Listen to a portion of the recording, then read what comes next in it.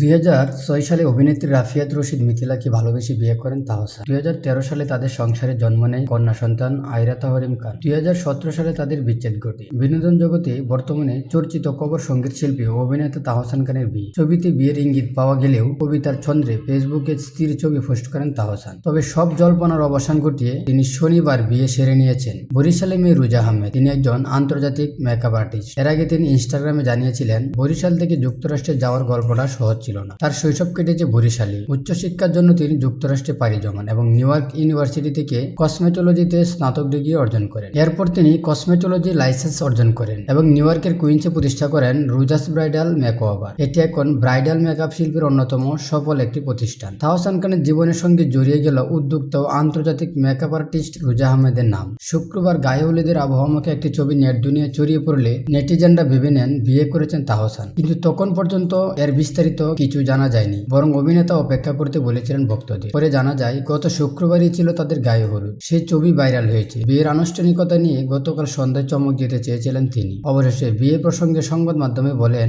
আমাদের দুই পরিবারের সদস্যদের উপস্থিতিতে শনিবারে বিয়ে হয়। বিয়ে করার পরই সবাইকে জানাতে চেয়েছি, যে কারণে আগে কাউকে কিছু বলিনি। আমরা যেন একসঙ্গে সুন্দরভাবে পথ চলতে পারি সেই দোয়াই চাই। এদিকে কনের সঙ্গে ফেসবুকে প্রথম ছবি পোস্ট করেন গায়ক এবং অভিনেতা তাহসান খান। শনিবার সন্ধ্যা 6:14 পোস্টটি মুহূর্তে ভাইরাল হয়ে যায়। ছবিতে হালকা গহনার সঙ্গে শাড়ি পরেছেন কনে রুজা আহমেদ। ম্যাচিং করা পাঞ্জাবি পরেছেন তাহসান। দুজনের মুখে হাসি বলে দিচ্ছে সময়টা দারুণ কেটেছে তাদের।